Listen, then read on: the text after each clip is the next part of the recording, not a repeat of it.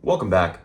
So the disguised Valorant team was recently revealed and has been playing in the Knights tournament, the open bracket recently at least. It's still going on as I'm recording this. They're likely to get in. I think they're in the finals right now on the winner's side, so they still have a couple chances, plus the LCQ. And they've been playing super well. But what I kind of want to talk about today is not necessarily the team, but the idea of having these influencer teams. Because believe it or not, I think from every aspect to everyone involved, these influencer teams are great for the game. Especially at these sort of lower tiers, they really do a lot to draw attention for the influencer, draw attention for the game, both from casual and competitive fans. And I know Disguise is just the first. I believe that Mr. Beast is also talking about getting a team. He's apparently talking about getting an LCS team. I don't know if that was just something I heard. Moist could also be getting a Valorant team. There's a lot of good unsigned teams. For example, The Nation has been doing really well, and that's with Wardell, Stewie 2K, all those guys. They said they didn't really want to get signed, but that's another thing. Back to influencer teams. Generally, it is really good for the game as a whole. From a game perspective, like a community perspective, it helps draw new casual viewers in that wouldn't necessarily watch Valorant esports, but people that would enjoy DisguisedToast would then watch this new Valorant team come up, right? It gives them a narrative and a team to follow, and I think that's really good for Valorant esports and Valorant competitive because more eyes are now on the game, and that means more people are likely to be converted to become the new competitive fans, right? As well as a new avenue to grow outside of their individual content if they choose to, right? So, for example, if something like a nade shot character, right? Starting an org outside of just your content gives you something to grow because you can't be making content 12 hours a day forever, right? So something like a DisguisedToast esports or a Moist esports could really help. This is a great way to help influencers, especially for someone like Moist and Moist esports is a huge thing in fighting game communities. They have a really good RLCS team. They're Smash players. It just become very synonymous with their involvement in those scenes. And I think that gives them, again, new viewers that might not necessarily watch them in the first place. Because overall, Charlie's a pretty good commentator as well. And I think what's so good about these people competing in sort of the tier 2 events is that it gets more viewers watching tier 2 events, right? Necessarily, people usually think that people will only watch the highest level of competition, right? So things like what the VCT would with the international leagues. And people will be watching that. Really good teams like Sentinels, all these big famous teams are there.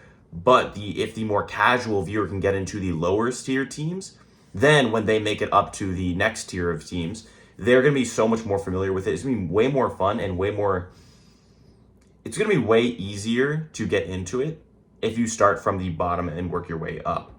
And it gives attention to players and teams, and it gives opportunities for people that might not usually get the eyes on them. So whether it's players, whether it's coaches, if those influencers decide to pull out later in the game, people are way more familiar with them. Overall, I think this disguised team is actually doing really well, and I'm not sure if they'll qualify necessarily, but I think they're definitely on a good trajectory to do so. There's a lot of really good teams in Ascension right now. M80, Oxygen, The Guard, FaZe. These guys are really good. And there's definitely different ways to pick up a team, especially as an influencer.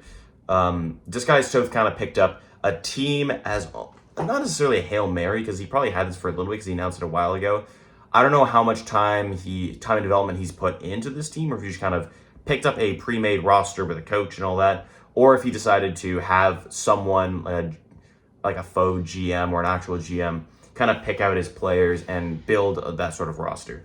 There's a lot of different approaches, whether it's you Hail Mary pick up a team, whether it's you actually do start that sort of fully functioning org, or even that faux org where you pick up teams and pick up pieces slowly to try to build that up, or you just, the final option, which is probably what Mr. Beast and maybe Moist might do, is just pick up an already pre-ready team. So something like The Nation, picking them up, again, they didn't really want picked up, or a City Boys, teams like these that are, for the most part, formed, doing well, and picking them up and just kind of refining them out, buffing them out. Can they win?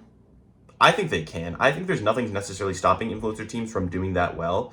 Now, when compared to, there's sort of two tiers of tier 2 right now, I think.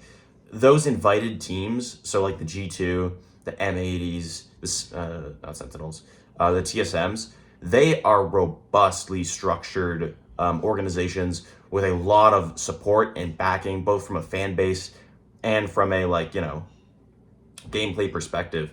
And teams that are coming in from an influencer perspective don't have that structure to them. So there's definitely a gap they have to close, whether it's through their play or whether it's through what they can offer these players. That's not saying that they can't promote. There is only one spot per year, so Ascension is going to be tight. But I think that, especially if they do it well, they can compete. And I think right now what we're seeing is that Disguised can compete at that level. So that's going to be interesting. I wonder if any other teams are going to pick up other influencers. And off the Dome Esports, I would love to pick up a team, or at least sponsor them for a bit. Maybe in a little bit, I'll look into it. But what I think is interesting is that it's easy to slap your name on a team, but it's really hard to win. There's so many people and players that have aspirations to do that, but it's just tough. It's so tough because there's so much out of control, especially with starting off with an open bracket and moving into a single elimination into a double elimination versus a sort of league format, because these single eliminations are goddamn hard. We saw a bunch of teams go out, and then in double elimination, we saw teams like V1 go out. If you lose a single series, then you're already either 1 of 1 done or 1 of 2 done, Once they move into a more of a little bit of a structured league for the Ascension bracket, that it'll find its way set. Anyways, those are my thoughts. Thanks for watching.